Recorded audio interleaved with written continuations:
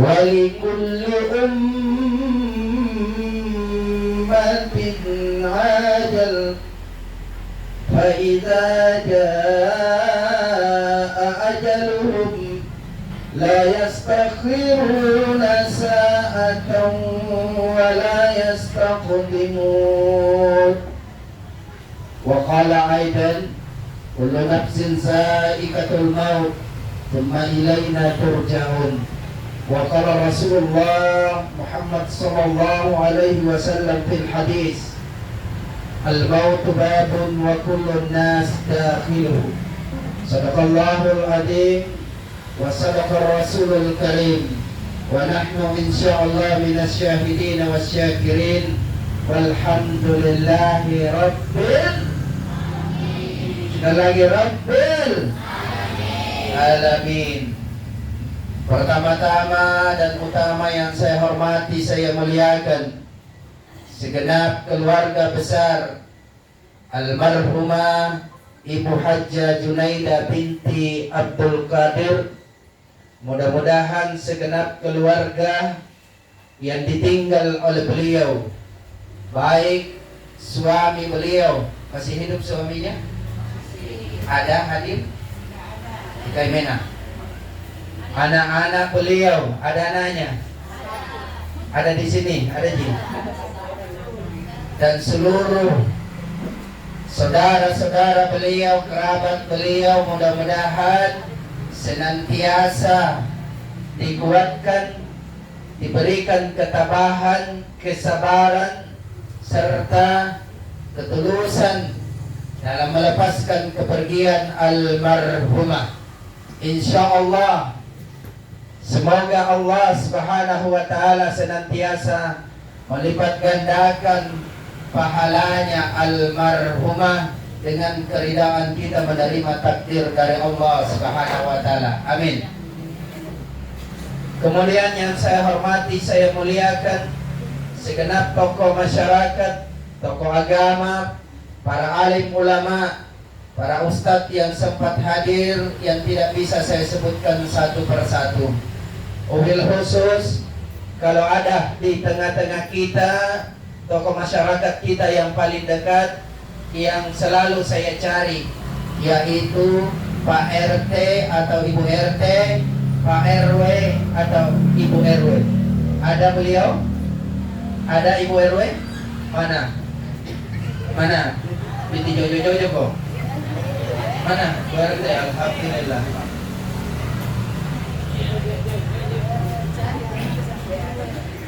Saya selalu cari beliau itu karena, kenapa Ibu?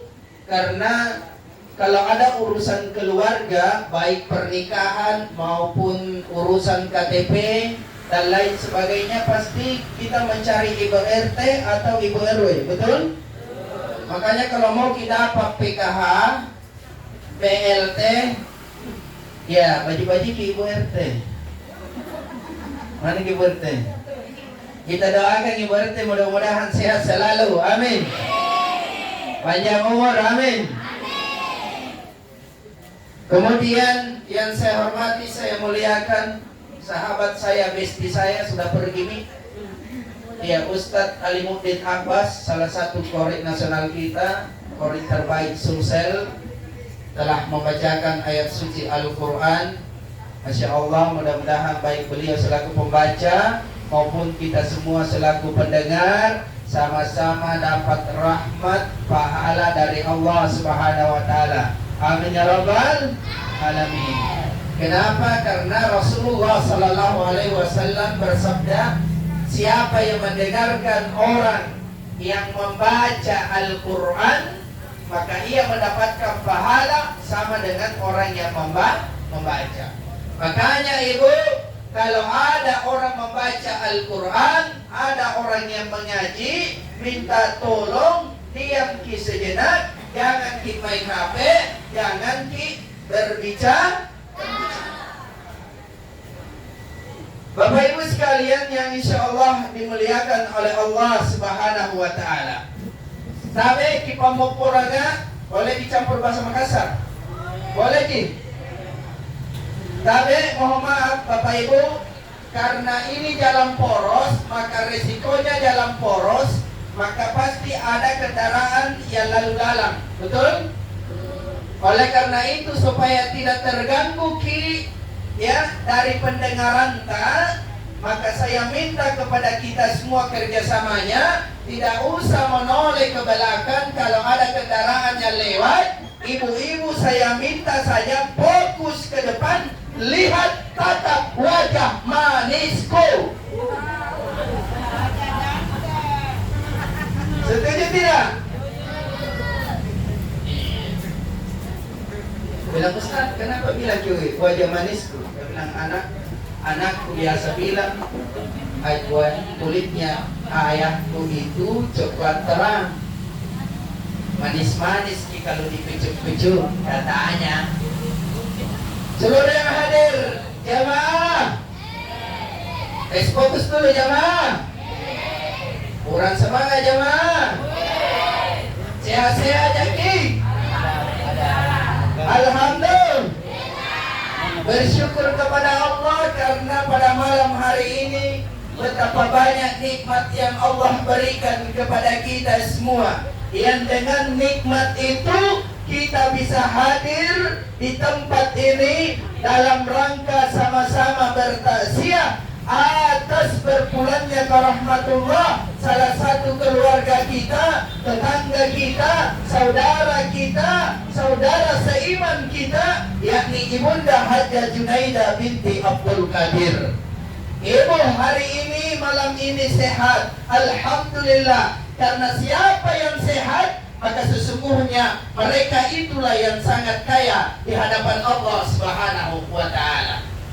Ibu sehat aja kita? Mau butuh bukti bahwa kalau kita sehat itu kaya? Mau bukti? Contoh ini ibu, ya. Contoh nih, ibu yang baju merah, ibu sehat di mata, dua-duanya sehat tuh, kelihatan di wajahku tuh. Nah, kira-kira mau tidak dua bola mata itu diganti 2 miliar dengan cara diambil 2 biji itu? Mau? Dinaikkan 5 miliar, mau? 10 miliar? Berarti kaya, betul tidak? Makanya Bapak Ibu sekalian, siapa yang sehat, banyak-banyaklah bersyukur kepada Allah. Karena banyak orang nanti banyak-banyak ucapkan alhamdulillah kalau dia dapat uang yang banyak. Ada juga ibu-ibu nanti dia ucapkan alhamdulillah kalau COD-nya lancar. Terkadang ada juga bapak-bapak nanti dia ucapkan banyak-banyak alhamdulillah kalau dia dapat istri yang baru. Istri yang baik. Bahaya. Iya, tapi tidak apa-apa. Istri yang begini yang dicari bapak-bapak ini. Cuma aku tahu apakah ada ke suaminya di sekarang di sini? Ada sih. Ada suaminya di sini.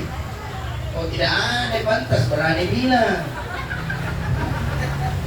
Yang kedua ibu, kita hadir di tempat ini karena Allah memberikan kita umur yang panjang.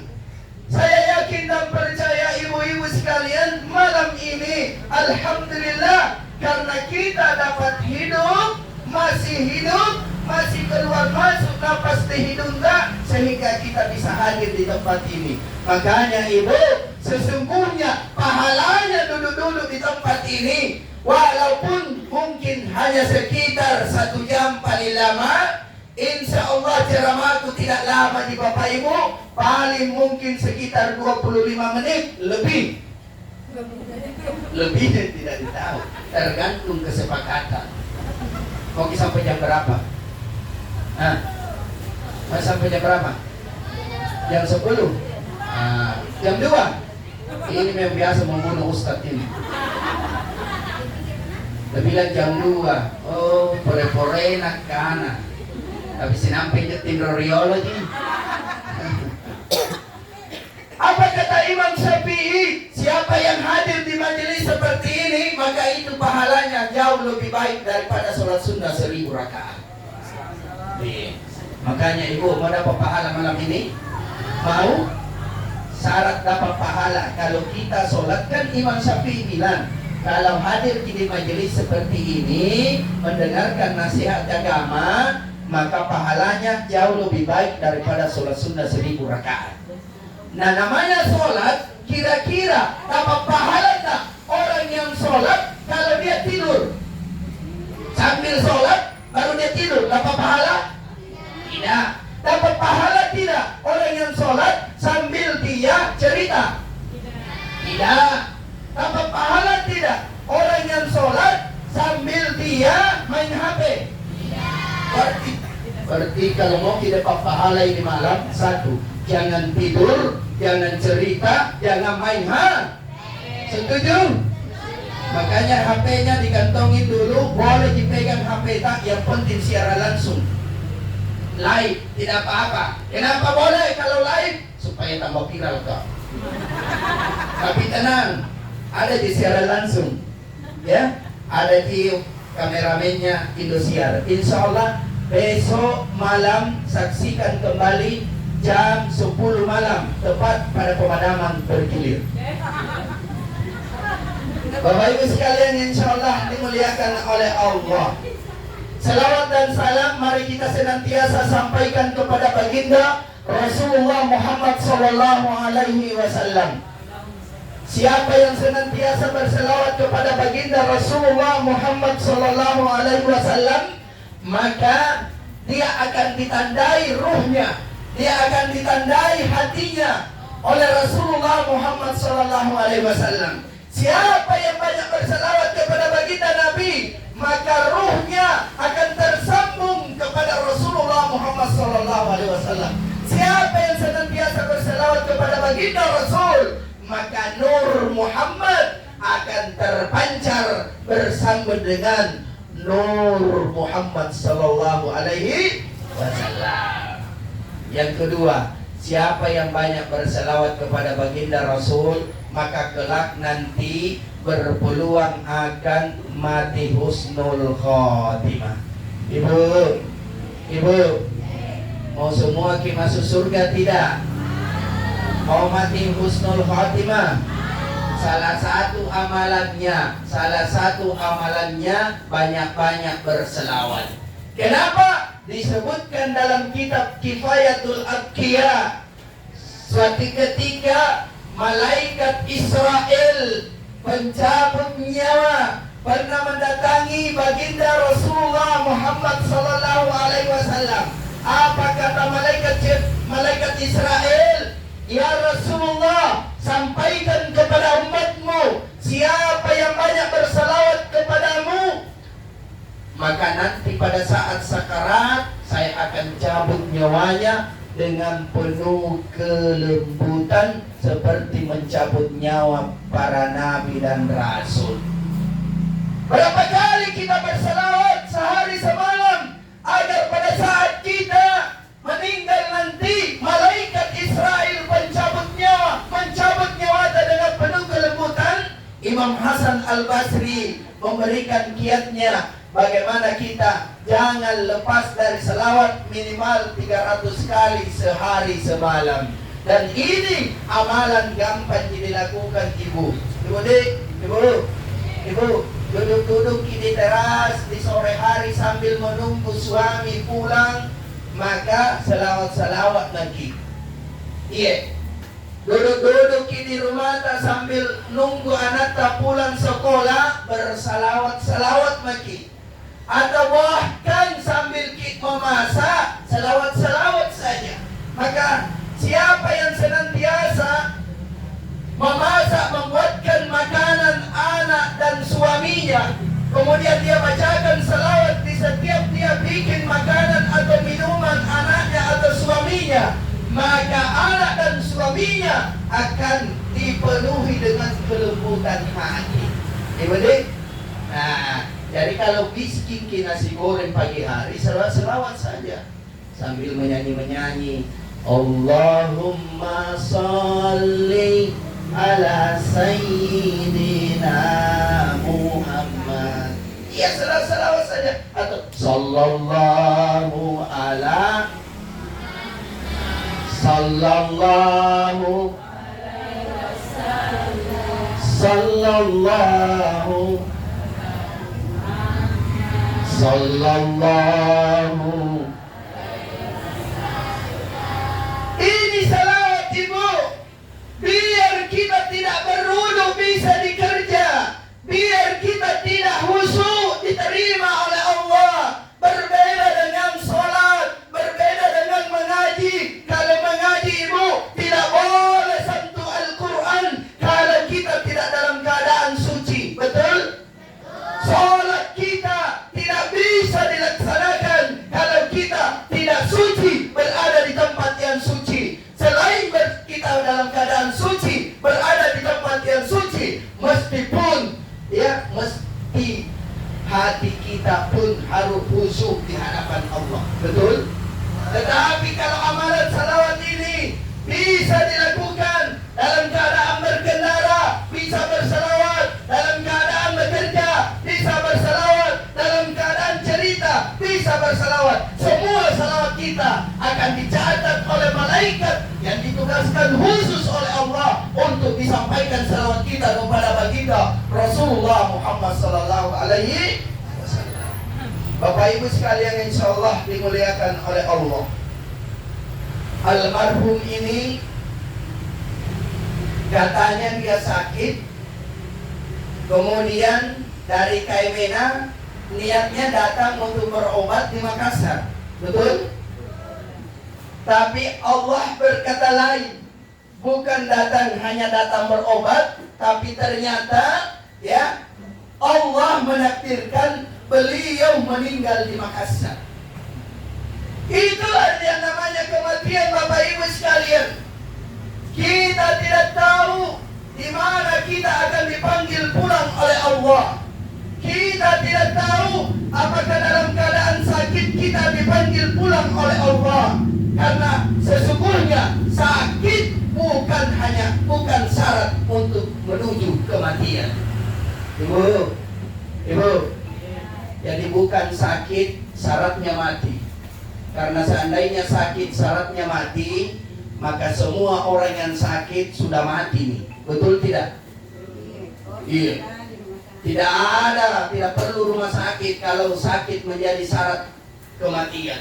Tapi fakta yang terjadi, betapa banyak di antara kita sehat-sehat saja, dalam keadaan sehat, tiba-tiba diumumkan oleh panitia masjid, inna lillahi wa inna ilaihi raji'un, telah berpulang ke rahmatullah salah satu tetangga kita, keluarga kita, teman kita, kerabat kita, yakni Ibu Jumintang. Ada Ibu Jumintang di sini? Tidak ada, Ji. Sengaja itu ambil nama yang tidak familiar. Karena kalau ambil namanya Dentino, di mana-mana Dentino ada. Bapak Ibu sekalian, itulah yang namanya kematian, Bapak Ibu. Kalau saya tidak salah, 2 malam yang lalu saya taziah di Jalan Malino, yang meninggal itu usia 9 bulan. Almarhum ini usianya berapa?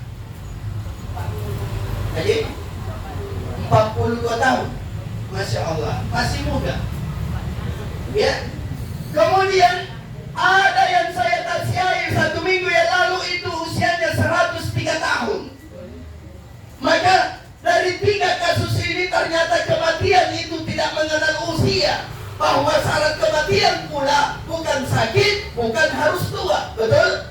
Karena seandainya tua menjadi syarat mati, maka yang putih rambutnya malam ini sudah mati. Ada yang putih rambutnya?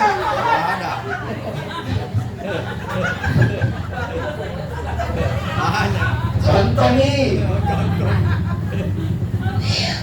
Tapi lebih banyak yang hitam rambutnya mati daripada yang putih rambutnya. Betul? Seandainya yang putih rambutnya mati, maka yang putih rambutnya tidak masuk calon presiden. Betul tidak? Itulah mati, Besti. Ya, Jadi jangan kau bilang kalau disuruh beribadah oleh orang tua, disuruh beribadah oleh suami, disuruh beribadah oleh para pemuka agama kita, lalu kita mengatakan silahkan sholat duluan nih, karena yang sholat mati, yang tidak sholat mati juga. Betul. Tapi persoalannya adalah kalau kita mati, apakah kita akan ditempatkan oleh Allah menjadi orang-orang penghuni surga, atau justru sebaliknya kita ditakdirkan oleh Allah untuk menjadi penghuni neraka. Nah, kedua kejadian ini Bapak Ibu sekalian, di dunia inilah tempatnya untuk mengusahakan surga atau neraka. Karena ridho Allah hanya bisa dicapai kalau kita melakukan asbab-asbab yang membuat Allah ridho. Harus kita ada amalan yang membuat Allah ridho. Nah, salah satu amalan agar Allah ridho kepada kita, salah satu kuncinya adalah sholat. Jadi harus disolat, karena kuncinya surga sholat. As-salatu miftahul jannah. Solat itu kuncinya surga. As-salatu miftahul khair. Solat itu kuncinya kebaikan. Pertanyaannya, sudah semua mati solat isya? Alhamdulillah. Ustaz, kenapa kita harus solat?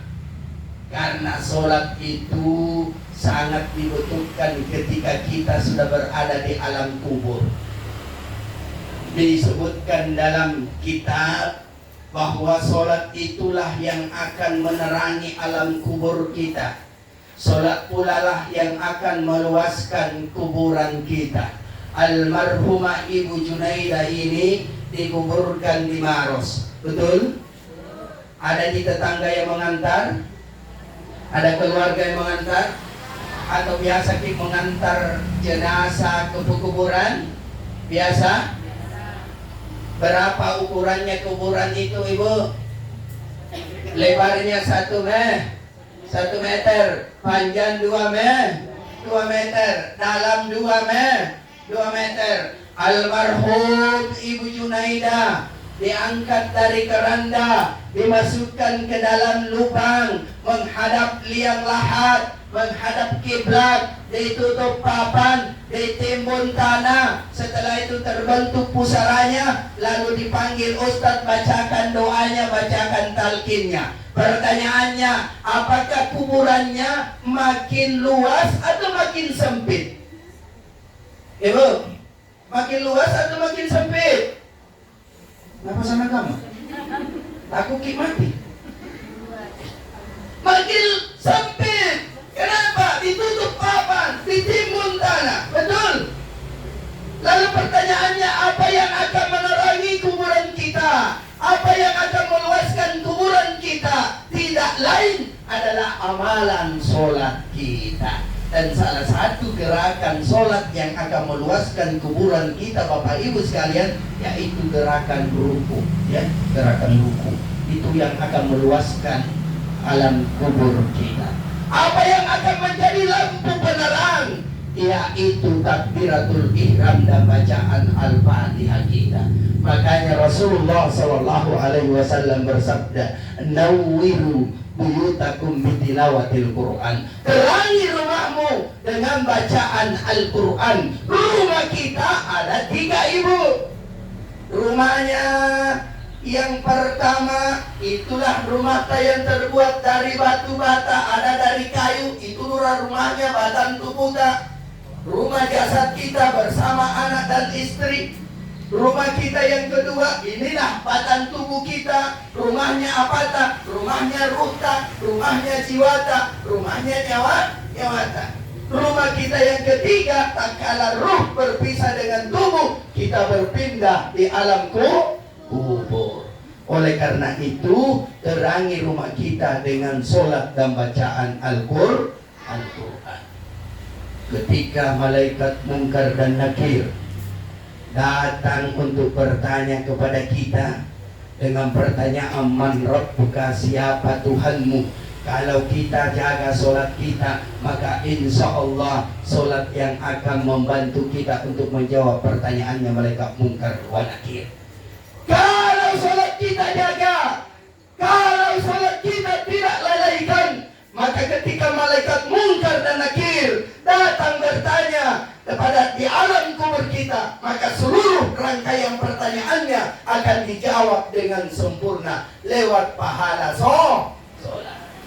Tapi ibu, kalau solat kita lalaikan, tidak mau solat, disuruh solat sama suami, kita tidak mau solat, berbunyi azan berkumandang di masjid, kita tidak mau solat, maka ketika kita meninggal, maka pertanyaan malaikat mungkar dan nakir akan susah kita jawab. Nah, pertanyaannya malaikat mungkar dan nakir, ibu, tidak bisa dijawab dengan jawaban anak-anak seperti anak ini.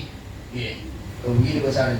Anak-anak sekarang itu kalau dijawab lain, ditanya lain, dan jawab lagi. Betul nggak Bu? Iya. Ada pengalamanku. Pernah ke ceramah di sana di sekitar Pampang. Lewat di titiknya. Tadi itu pas di titiknya. Masa tombak Google bilang belok kiri. Begitu saya belok kiri, ternyata lorong buntu. Karena lorong buntu motor balik, nah bilang lagi setelah 50 meter belok kiri mah lurus ke belakang. Ternyata bukan tenda aku dapat empat. Masalah titiknya, akhirnya mutar ke pulang. Pada saat di lorong ada anak-anak 3 orang main lato-lato seperti ini besarnya. Waktu pirang-pirangnya lato-lato kak. Waktu pirang lato-lato tidak ada orang bisa tidur siang. Betul tidak? Kalau di lorong pukul lorong, seluruh anak-anak keluar semua latihan lato-lato. Maka kadang itu ngibel main lato-lato. Betul tidak? Tinggal di situ tuh tanya tuh anak-anak kan. Adik, mau tanya Ki, di mana lorong 8? Apa jawabannya nanti kan? Kamu nanya. Oh, coba Bu, Bunda, kita serius bertanya begitu. Lalu begitu jawabannya. Bagaimana perasaan Anda? Kesal tidak? Gak enak.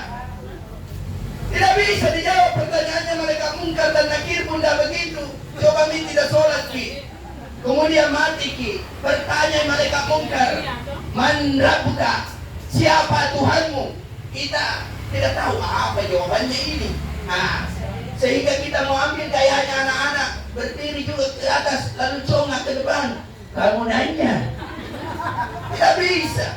Makanya ibu harus pelihara sholat, jaga sholat, karena sholat inilah yang akan senantiasa menjadi amalan kunci untuk menuju Allah Subhanahu wa Ta'ala. Kemudian ibu, kalau mau masuk surga, selain jaga sholat tak, satu, ya, ibu-ibu itu paling mudah masuk surga. Ini kan kebanyakan ibu-ibu ini, jadi saya kasih amalan-amalan untuk ibu-ibu. Setuju? Ya, ibu itu paling mudah masuk surga. Apa aja syaratnya? Satu, yang penting dia sholat. 2, berpuasa di bulan Ramadan. 3, taat pada suami. Saya yakin dan percaya semua ini ibu-ibu malam ini adalah orang yang menjaga sholatnya, orang yang senantiasa berpuasa di bulan Ramadan. Tapi belum tentu di antara kita ada yang tidak taat pada suaminya. Betul? Maka kunci untuk masuk surga bagi seorang wanita, syarat yang ketiga adalah taat pada suami. Suatu ketika ada perempuan menghadap Rasulullah Muhammad SAW. Protes ini perempuan kak, ya Rasulullah, bagaimana laki-laki tidak masuk surga karena banyak amalan dia yang bisa dia lakukan. Ya Rasulullah, laki-laki bisa pergi berperang, jihad, kalau dia mati masuk surga tanpa hisab. Ya Rasulullah, laki-laki bisa pergi dia sholat berjamaah di masjid, bisa sholat Jumat di masjid, banyak dia amalannya. Lalu bagaimana kami ini perempuan ya Rasulullah? Kami tidak bisa berjihad, kami tidak bisa pergi sholat Jumat. Apa jawaban Rasul?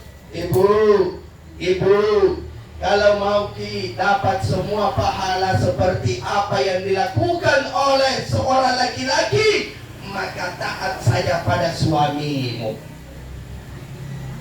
Ibu mau dapat pahala jihad? Mau? Mau dapat pahala jihad? Siapa yang senantiasa menyiapkan makanan suaminya tanpa suaminya mau minta duluan, maka itu pahalanya sama dengan fisabilillah, sama dengan dia berjihad di jalan Allah, membunuh orang kafir, membunuh orang Yahudi 70 orang di malam Jumat. Jadi ibu, kalau mau kita dapat pahala, ya layani suami dengan baik, ya. Layani suami dengan baik. Kata Rasul, siapa satu tetes air yang engkau siapkan untuk suamimu, maka pahalanya sama dengan engkau berpuasa sepanjang tahun. Luar biasa. Ibu-ibu ini banyak sekali pahalanya. Bahkan Rasulullah sallallahu alaihi wasallam, siapa yang ingin mendapatkan pahala umroh, ibu, maka layani saja suami, tulus ikhlas, servis baik-baik, alias bahasa Inggrisnya Brutus.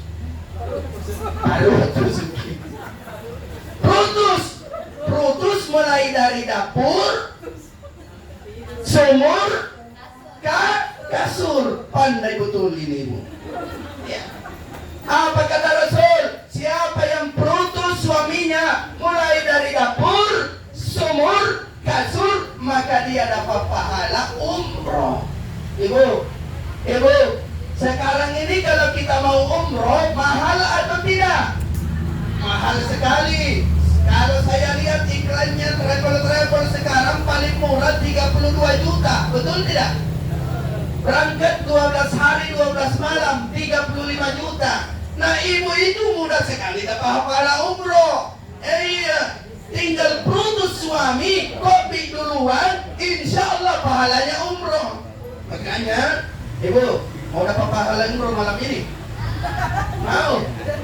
Pulang dari tempat ini, kalau tidur mi anak tak, kopi duluan mi bapaknya. Pak, umroh, insya Allah dapat pahala umroh. Kemudian, apa yang harus kita lakukan sebagai istri agar mendapatkan ridhonya suami? Karena ridho suami adalah ridhonya Allah bagi seorang istri, dan suami ridhonya tergantung pada ridho orang tua. Makanya ibu, kalau cinta enggak sama suami tak? Cinta enggak sama suami tak? Oh, dua yang cinta suaminya. Cinta sama suami dong? Yang namanya cinta pasti kau pengen sama-sama masuk surga juga, betul? Nah, makanya jangan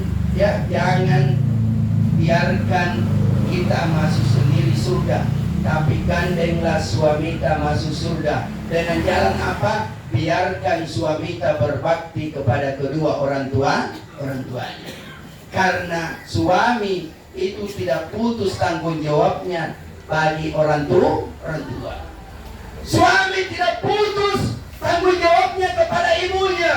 Maka seorang suami, seorang anak yang terus berbakti kepada ibunya, maka dia akan mendapatkan keridhaan dari Allah sehingga ia mendapatkan surga. Siapa anak yang mendapatkan ridho dari orang tuanya, maka sungguh Allah memberikan dia ridho untuk masuk surga. Jadi, makanya jangan sekali-sekali kita berdosa kepada kedua orang tua. Ingat, dosa kepada kedua orang tua ada 3 yang kita dapatkan. Ada 2 yang perbuatan dosa yang kita lakukan di dunia ini, itu akan segera didatangkan oleh Allah. Pertama, kita mensalimi orang lain, maka doa orang yang tersalimi langsung diijabah oleh Allah. Maka siapa yang senantiasa menyakiti tetangganya, senantiasa menyakiti saudaranya, mensalimi saudaranya, ketika dia berdoa, maka asap itu akan disegerakan oleh Allah. Yang kedua adalah dosa kepada kedua orang tua. Siapa anak yang berdosa kepada kedua orang tuanya, lalu orang tuanya berdoa, maka asapnya, balasannya akan disegerakan oleh Allah Subhanahu wa ta'ala. Bapak Ibu sekalian, insya Allah dimuliakan oleh Allah.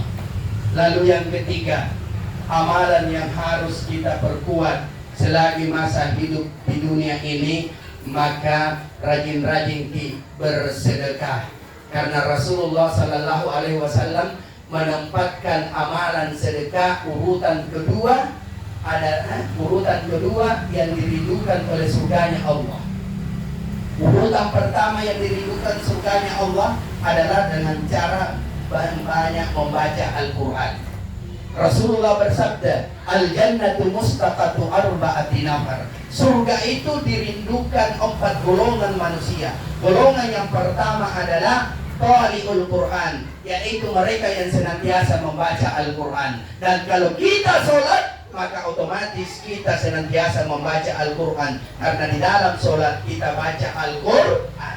Yang kedua, golongan yang kedua yaitu wamutu'imul jiran, adalah mereka yang senantiasa berbagi, saling memberi, suka memberi. Maka orang yang suka memberi, mereka itulah yang senantiasa dirindukan surganya oleh Allah Subhanahu wa Ta'ala.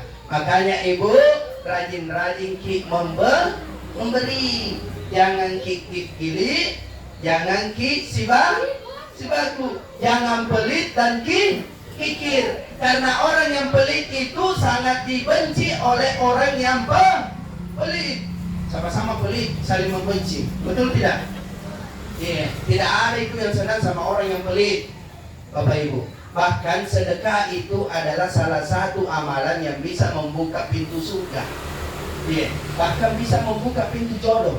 Kalau ada gadis sudah 2-3 kali orang datang lamar, tidak jadi, maka boleh jadi ada penghalangnya. Maka coba buka jodohnya dengan bersedekah.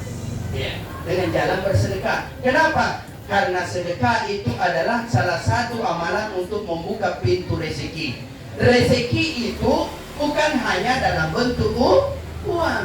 Rezeki itu adalah segala sesuatu yang bisa dimanfaatkan untuk mendekatkan diri kepada Allah Subhanahu wa Ta'ala.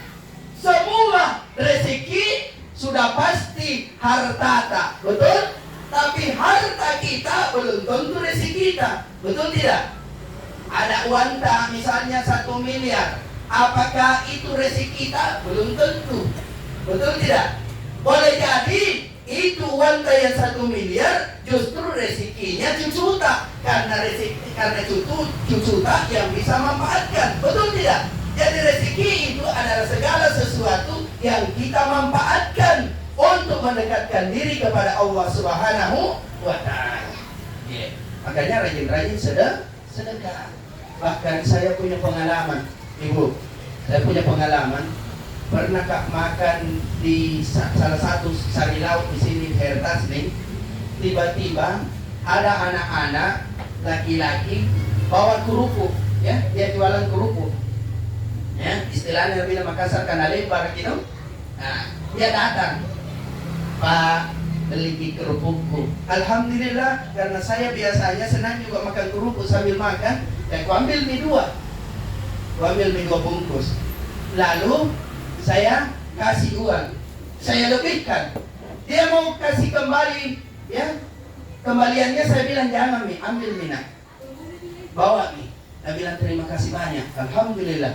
2 hari kemudian, waktu musim Maulid kemarin, saya ditelepon salah satu keluarganya Pak Bupati Bulukumba. Kebetulan keluarganya itu baru membangun masjid di Bulukumba, tepatnya di Kecamatan Bulukumba. Saya dipanggil untuk datang memberikan tausiah, ceramah Maulid sekaligus doa dalam rangka peresmian masjid dan Maulid baginda Rasulullah Muhammad SAW.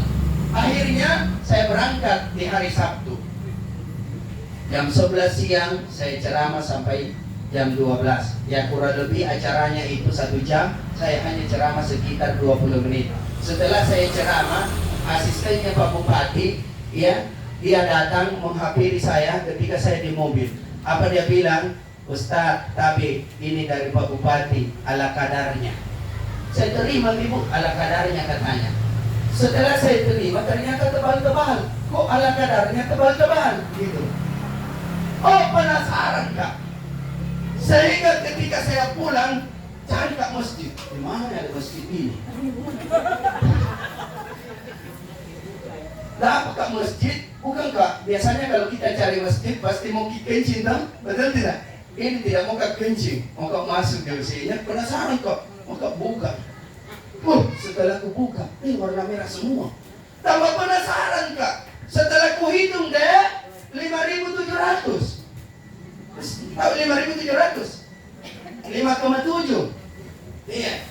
Saya bilang alhamdulillah ala kadarnya katanya. Saya bilang apa ini sebabnya nih sehingga saya dapat begini. Aku ingat-ingat nih. Oh mungkin gara-gara berkahnya ini saya sedekah pada anak-anak yang jualan kerupuk itu. Bayangkan ibu, saya hanya ceramah kurang lebih 20 menit dapat 5.700. Iya. Saya tidak tahu ini sebentar ya karena 45 menit mah. Bapak Ibu sekalian insya Allah dimuliakan oleh Allah. Ini betulan. Siapa yang rajin bersedekah maka Allah bukakan rezekinya. Karena Rasulullah Sallallahu Alaihi Wasallam bersabda, "Man sadaqatin falyastad." Siapa yang rajin bersedekah maka bertambah rezekinya, bertambah dan bertambah. Jadi tidak berkurang. Jadi untuk apa kikir? Karena kikir itu justru membawa bencana. Betul? Makanya banyak orang menyesal di dalam kuburnya gara-gara dia kikir batu dia. Dibaca tadi Qori. Ya. Apa dia baca tadi di dalam surah Sajadah? Rabbana abasarna wa sami'na farjina na'mal salihan inna muqinun. Oh ya Allah, hari ini saya telah melihat, hari ini saya telah mendengar betapa banyak siksa dalam kubur, betapa banyak juga nikmat dalam kubur. Ya Allah, sekiranya Engkau bisa kembalikan saya di dunia, kembalikan saya ya Allah. Apa mau lakukan? Ya, baru mau beramal soleh. Bahkan di dalam surah Al-Munafiqun Allah berfirman, "Laula akhartani ila ajalin qarib." Ya Allah, sekiranya Engkau bisa kembalikan saya di dunia, maka kembalikan saya ya Allah, walau sebentar saja, walau 5 menit saja. Apa mau dia lakukan? Fa'asaddaqa, saya mau bersedekah, wa akum minas sholihin, dan selain bersedekah saya mau berbuat baik. Tapi apa boleh buat, kita sudah berada di dalam kubur. Makanya selagi hidup di dunia ini, mari kita senantiasa beramal soleh dan senantiasa berbagi. Karena ya, sedekah itulah harta kita yang sesungguhnya itu. Jadi uang yang kita sedekahkan, harta yang kita sedekahkan, itulah harta kita sesungguhnya yang akan kita bawa di hadapan Allah Subhanahu wa Ta'ala. Ustaz, saya tidak banyak uang, tidak bisa bersedekah dengan uang. Sedekah itu bukan hanya dalam bentuk uang. Kalau tidak bisa sedekah dalam bentuk uang, sedekah waktu, betul tidak? Termasuk hari ini kita sedekah waktu, betul? Tidak bisa sedekah waktu, sedekah tenaga. Tidak bisa sedekah tenaga, sedekah ilmu. Tidak bisa, kata Rasul, tabassum fi wajhika as-sadaqah. Tak muri-muri nuri rupanu, magerisak ripatannu as-sidaqatu makuntu. Betul tidak? Iya. Kalinya memintum itu ibu, bisa kita langsung rasakan itu kebahagiaan pada saat kita bersedekah. Contoh, kalau kita senyum, kira-kira kalau kita senyum bunda, lalu senyum tak dibalas oleh orang yang kita temani senyum, senang tidak? Bahagia tidak? Tapi kalau kita senyum, lalu orang itu buang muka dan lain-lain, kira-kira bagaimana perasaan kita? Kesal, tidak enak. Begitulah perasaan kita sedekah. Makanya sedekah itu adalah salah satu obat bagi penyakit. Kata Rasul, ada idawah bisadaqah, obati penyakitmu dengan sedekah. Jadi kalau ada orang sakit-sakitan, keluar masuk rumah sakit, tidak sembuh-sembuh, coba itu uang yang seharusnya kau kasih dokter, coba pergi sedekahkan di panti asuhan, di masjid yang sedang dibangun, di pondok-pondok pesantren penghafal Al-Quran. Sedekahkan, niatkan obat untuk penyakitnya, maka insya Allah Allah ganti dengan kesembuhan. Kemudian yang terakhir, ibu, mau ki jasad tadi dalam kubur itu tidak dihancur, tidak dimakan cacing tanah? Mau? Ada kejadian fakta Yang pertama ada di Maros. Di Maros salah satu pemilik SPBU, mungkin ada yang kenal atau pernah dengar, namanya Haji Badut. Ya, Haji Badut pemilik SPBU yang paling besar di Kota Maros. Itu Haji Badut 3 tahun dia meninggal. Sudah 3 tahun terkubur di dalam kubur. Kemudian pas pembangunan rel kereta api Makassar Parepare, kuburannya kenal rel kereta api. Maka diangkat kuburannya, dipindahkan. Ternyata pada saat digali, kain kafannya utuh, papannya utuh, jasadnya utuh. Bahkan jasadnya dia kayak seperti baru saja mandi. Ternyata amalannya itu Haji Badut adalah rajin sedekah. Keuntungan SPBU-nya ada 2 pondok pesantren, santri-santrinya dia yang tanggung makannya. Makan paginya, makan siangnya, makan malamnya. Bahkan ada panti asuhan dia yang tanggung makannya. Makan pagi, makan siang, makan malam. Itu amalannya Haji Badut. Luar biasa. Ya. Karena kenapa? Kuburan itu setiap hari berteriak, "Hai anak cucu Adam, saya adalah tempat yang paling banyak binatang-binatang yang siap memakanmu." Bahkan ada ribuan jutaan cacing tanah yang siap menyerbumu pada saat engkau telah berada di dalam kubur. Ya. Makanya tidak salah itu lagunya Roma Irama. Ya. Jadi santapan cacing tanah, teng teng teng teng, hingga yang tertinggal kerangka. Begitulah suratan badan ke bumi dikembalikan. Betul tidak? Tapi racunnya itu, ya, racunnya cacing tanah, racunnya itu ulat-ulat adalah sedang.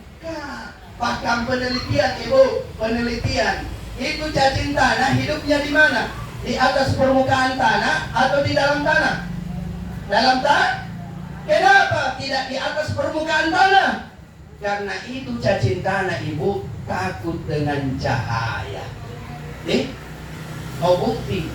Besok suruh anak gali tanah, ambil cacingnya, masukkan dalam gelas plastik, jangan tutup. Pada sore hari mulai maghrib taruh di bawahnya lampu, mulai maghrib sampai pagi. Pas pagi lihat ini masih hidup atau tidak. Ternyata penelitiannya mati karena cacing tanah itu takut dengan cahaya. Makanya kalau mau diutuh jasadnya, kata Rasul, rajinlah dibaca Quran. Karena orang yang rajin baca Quran akan diliputi jasad